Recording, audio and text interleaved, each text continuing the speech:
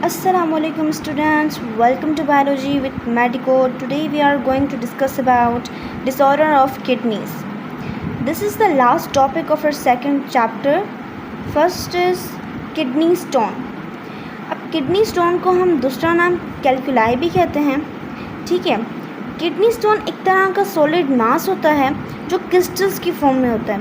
Crystals की form की जो चीज़ें होती हैं उनसे मिलके बना होता है। अगर हम बात करें कि ये किस कॉज की वजह से होता है, हम कुछ ऐसी नेचुरल चीज़ें खाते हैं जिसकी वजह से किडनी स्टोन बनता है। वो क्या है, जैसे कि कुछ सीड वाली चीज़ें खाते हैं या कुछ लीफी चीज़ें खाते हैं। अब सीड वाली कैसे, गुआवा हो गया और टोमेटो, ये सारी चीज़ें हैं सीड्स की। अगर हम सीड्स निकाल के खाएं तो ठीक है, लेकिन ये जो सीड्स अगर हमारी बॉडी के अंदर जाती हैं वो किडनी स्टोन कॉज करती हैं। उसके अलावा लीफी नेचुरल चीज़ों की बात करें तो वो स्पिनच हो गया, अगर वो भी हम इनटेक करेंगे तो उससे भी किडनी स्टोन हो सकता है। अब किडनी स्टोन क्रिस्टल्स फॉर्म में होता है। अब कौन से दो क्रिस्टल्स फॉर्म हैं, एक है कैल्शियम ऑक्सलेट और दूसरा है कैल्शियम कार्बोनेट। कैल्शियम ऑक्सलेट जो है वो ऑक्सैलिक एसिड से मिलकर बना होता है, जो कि 70 to 80% मौजूद होता है बॉडी के अंदर। और कैल्शियम कार्बोनेट की बात करें तो 5 to 10% होता है। अब ये किस तरह से बॉडी के अंदर आया? कैल्शियम हम ऐसा फील करते हैं कि कैल्शियम जो है हमारी बॉडी के अंदर कम हो गया, तो हम कुछ ऐसे सप्लीमेंट्स लेते हैं, जिसके कुछ ऐसी पिल्स वगैरह खाते हैं जिसमें कैल्शियम जो है वो ज़्यादा होता है। तो इसका मतलब कि कैल्शियम जो है वो हम ज़्यादा इंटेक करते हैं, तो कैल्शियम की वजह से किडनी स्टोन होता है। कैल्शियम तो ठीक है, हम सप्लीमेंट ले रहे हैं तो इसलिए कैल्शियम बढ़ रहा है, लेकिन कार्बोनेट कहाँ से आया? कार्बोनेट हमारी बॉडी के अंदर नेचुरली होता है। और दूसरी बात कि हम जो कार्बन डाइऑक्साइड एक्सेल कर रहे होते हैं वो इतनी ज़्यादा अमाउंट में नहीं जाती, बाकी जो अमाउंट होती है बॉडी के अंदर ही रहती है, इसलिए कैल्शियम कार्बोनेट बनता है। अब कुछ यूरिक एसिड स्टोन्स होते हैं, और कुछ सिस्टेन्स होते हैं। सिस्टेन एक तरह का अमाइनो एसिड होता है जो उसके अंदर मौजूद होता है, ठीक है। अब यूरिक एसिड जब इसके अंदर मौजूद होगा तो ये किडनी स्टोन कॉज करता है, तो ये ड्रेनेज में प्रॉब्लम क्रिएट करता है। हम बात करेंगे यूरिन ही बॉडी से बाहर जाता है in the form of liquid. ये यूरिन के पीएच में भी चेंज आने की वजह से हो सकता है।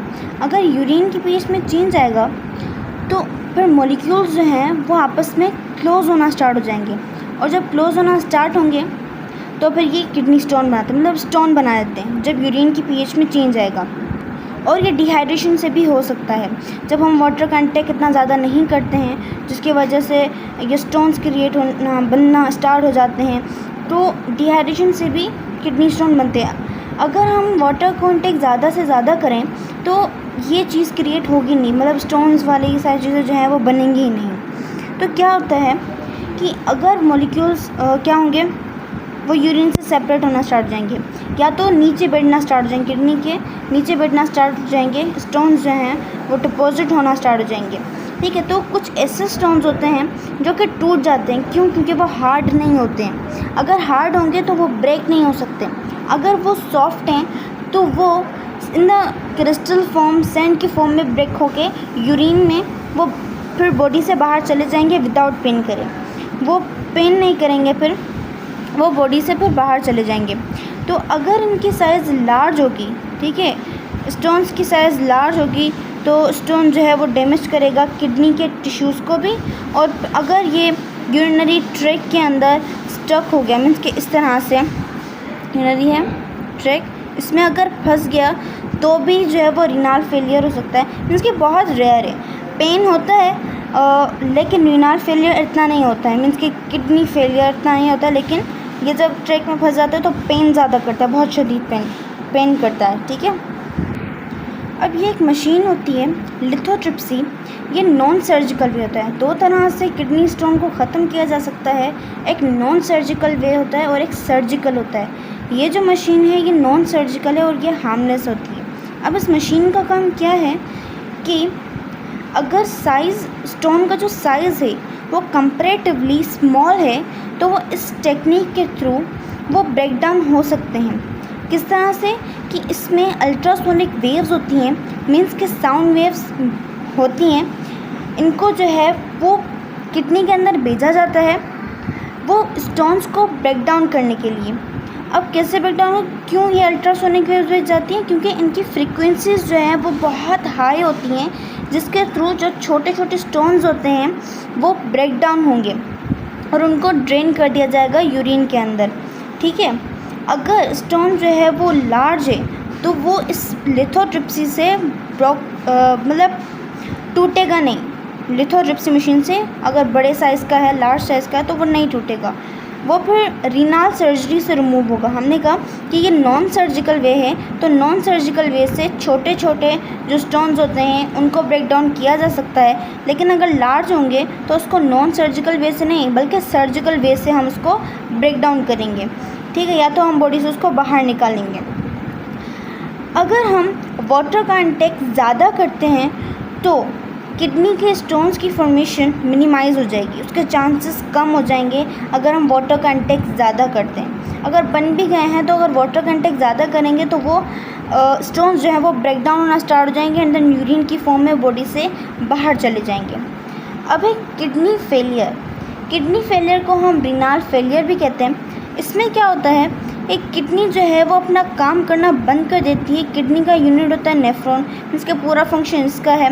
नेफ्रॉन जो है वो अपना काम करना बंद कर देता है। अब इसके फंक्शंस क्या होते हैं, फिल्ट्रेशन करना, ठीक है, अब आयंस को फ़िल्टर करना या फिर रीअब्जॉर्प्शन करवाना। तो आयंस अगर रीअब्जॉर्ब नहीं होंगे, बॉडी के अंदर नहीं आएंगे, तो भी जो है वो किडनी फेलियर हो सकता है। अगर पोटेशियम बॉडी के अंदर ज़्यादा हो जाए तो वो हार्ट पे इफ़ेक्ट कर सकता है। ठीक है, तो इस तरह से रीअब्जॉर्प्शन आयन की सही तरह से नहीं होगी, फिल्ट्रेशन जो है वो प्रॉपर्ली नहीं होगी, सोल्यूट और सॉल्वेंट डिसबैलेंस हो जाएंगे। तो मीन्स कि किडनी अगर काम करना बंद कर देगी तो ये सारे कॉजेज़ हो सकते हैं। इसी को ही हम कहते हैं किडनी फेलियर। अब क्या होता है कि सोल्यूट डिसबैलेंस हो जाते हैं। सोल्यूट कौन से, सोडियम हो गया, कैल्शियम हो गया, ब्लड के अंदर वो डिसबैलेंस हो जाते हैं। ठीक है, या तो किडनी क्या करती है, वो अलाउ कर देती है हर चीज़ को, किस एन वेस्ट को अलाउ कर देती है कि वो किडनी के अंदर जो है वो एन वेस्ट जो हैं वो अक्यूमुलेट होना स्टार्ट हो जाते हैं, ब्लड के अंदर वो अक्यूमुलेट होना स्टार्ट हो जाते हैं, जिसकी वजह से ये सारी चीज़ें क्रिएट होती हैं। अब इस किस तरह से, अब वाटर जो है वो रेगुलेट सही नहीं करती, क्योंकि किडनी ने अपना काम ही बंद कर दिया, अपना फंक्शन परफॉर्म करना ही छोड़ दिया है। तो वाटर को रेगुलेट करवाने के लिए भी कोई नहीं है। वाटर अगर बॉडी से बाहर जा रहा है, बहुत ज़्यादा अमाउंट में बाहर जा रहा है, तब भी बॉडी के लिए डिहाइड्रेशन कॉज हो सकती है। अगर जा रहा है तो थोड़ी अमाउंट में बॉडी के अंदर होना चाहिए, या तो बॉडी से बाहर ना आ जाए। अगर बाहर नहीं जाएगा तो सिर्फ आयंस जाएंगे, तब भी प्रॉब्लम क्रिएट हो सकती है। तो मीन्स के जब सोल्यूट जो है वो डिसबैलेंस जाते हैं तो ये डेथ भी कॉज कर सकते हैं। तो पेशेंट के लिए ट्रीटमेंट किया जाता है कि उसको एन वेस्ट को किस तरह से फ़िल्टर करना है, तो उसके लिए एक मशीन भी होती है। अगर पोटेशियम जो है वो बॉडी के अंदर ज़्यादा हो जाता है तो वो हार्ट पे इफ़ेक्ट करता है। मैंने आपको बताया कि वो फिर जो है अरिथमिया हो जाता है। ठीक है, अरिथमिया का मतलब है कि आर्ट्रिकल कंट्रैक्शन जो है वो ख़राब हो जाती हैं, या तो हार्ट की जो है वो साउंड ख़राब हो जाती है। तो ये सारी चीज़ें जो होती हैं वो किस वजह से होती हैं, जब किडनी अपना फंक्शन परफॉर्म करना छोड़ देती है। तो अब अगर किडनी फेलियर हो गया है तो अब एक मशीन है जो किडनी की तरह ही वर्क करती है, जिसको हम कहते हैं डायलिसिस, वो भी हम पढ़ते हैं। ओके, सो ये है किडनी डायलिसिस। यहाँ पर क्या होगा कि आर्टिफिशियल किडनी की तरह डायलिसिस वर्क करेगा। अब पेशेंट को अगर किडनी फेलियर हो गया है, अगर तो यंग पेशेंट है तो वो किडनी ट्रांसप्लांट भी कर सकता है। अगर पर्सन हेल्दी है, ठीक है, तो वो किडनी डोनेट कर सकता है। और वो एक किडनी, हर इंसान के अंदर 2 किडनीज़ होती हैं, तो वो अगर एक किडनी से सर्वाइव कर सकता है तो वो दूसरी किडनी एक पेशेंट को ट्रांसप्लांट कर सकता है। अब एक शर्त भी होती है कि अगर वो ट्रांसप्लांट कर रहा है उस पेशेंट की बॉडी के अंदर, तो वो बॉडी उस किडनी को एक्सेप्ट करेगी या नहीं करेगी, वो सारी चीज़ें भी देखनी होती हैं। अगर वो नहीं करेगी तो मीन्स कि डोनर भी अगर अवेलेबल नहीं होगा तब भी मसला हो सकता है। तो इसीलिए इस सारी चीज़ ट्रांसप्लांट भी नहीं हो सकता क्योंकि बॉडी एक्सेप्ट नहीं करिए। तो सबसे हम बेस्ट ये कहते हैं कि किडनी डायलिसिस करवाना चाहिए। अब किडनी डायलिसिस में क्या होता है, किडनी डायलिसिस में डायलिसिस करवाई जाती है डायलिसिस मशीन के थ्रू। अब ये एक तरह की मशीन होती है जो पूरा किडनी की तरह ही फंक्शन परफॉर्म करती है, लेकिन इसमें रीएब्जॉर्प्शन नहीं होती। मैं अभी आपको बताती हूँ। ये जो है वो पेशेंट्स के ब्लड में से, पेशेंट का ब्लड है उसमें से एन वेस्ट को रिमूव करती है और बाकी ब्लड को बॉडी के अंदर बेच देती है। उसके जो टॉक्सिक वेस्ट होता है ब्लड के अंदर से, ब्लड को वो क्लीन करती है, एन वेस्ट को बाहर निकाल देती है और ब्लड को, जो फिल्टर्ड ब्लड होता है उसको वापस बॉडी के अंदर भेज देती है। अब ये जो प्रोसेस है डायलिसिस का, वो तकरीबन वीक के अंदर 2-3 बार होता है और एक दिन में तकरीबन 3 से 5 घंटे का होता है, 3 to 5 आवर्स होता है। अब ये डिपेंड करता है कि पेशेंट के बॉडी का साइज़ कैसा है और उसकी मेडिकल कंडीशंस कैसी हैं, जिसके बेसिस पे वो 3 to 5 आवर्स उसका डायलिसिस करवाएंगे। अब यहाँ पे पूरा प्रोसेस दिखाया गया वर्किंग ऑफ डायलिसिस मशीन। ये एक हाथ है, इसमें 2 ट्यूब्स लगाई गई हैं, मतलब कि कैथेटर लगाया गया है, अ बैग ऑफ ट्यूब्स। यहाँ पे कैथेटर लगाया गया है और ये जो ट्यूब है ये है हमारे पास आर्टरी और ये है वीन।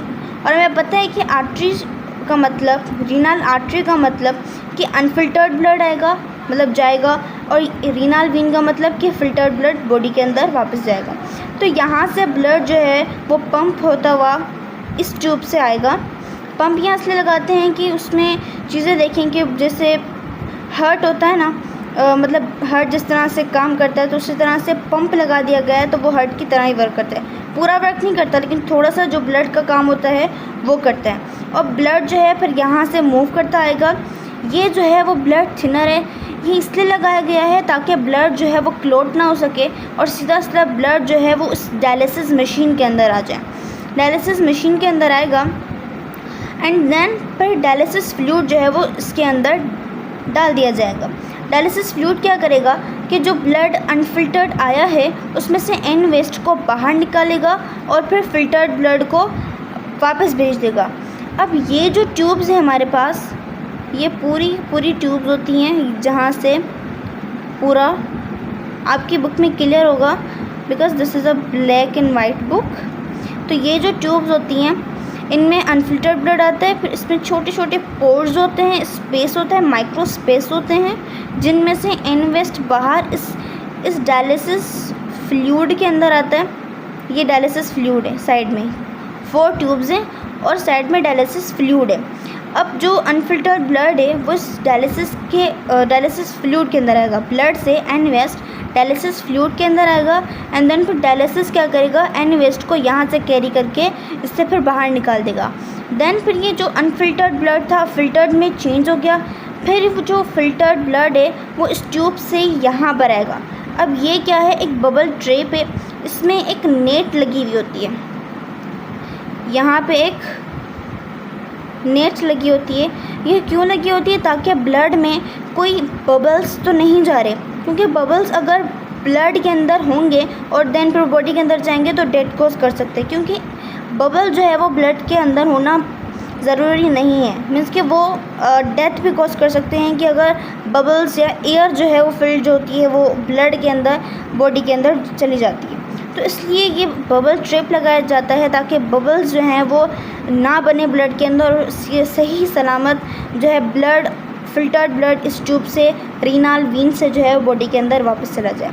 तो ये जो प्रोसेस है वो 3 to 5 आवर्स होता है। तो ये जो प्रोसेस होता है वो उन पेशेंट्स के लिए होता है जिनको किडनी फेलियर हो जाती है। So this is the last topic of chapter number 2। I hope आपको समझ आ गया होगा। मिलते हैं नेक्स्ट वीडियो में, तब तक के लिए टेक केयर एंड अल्लाह हाफिज़।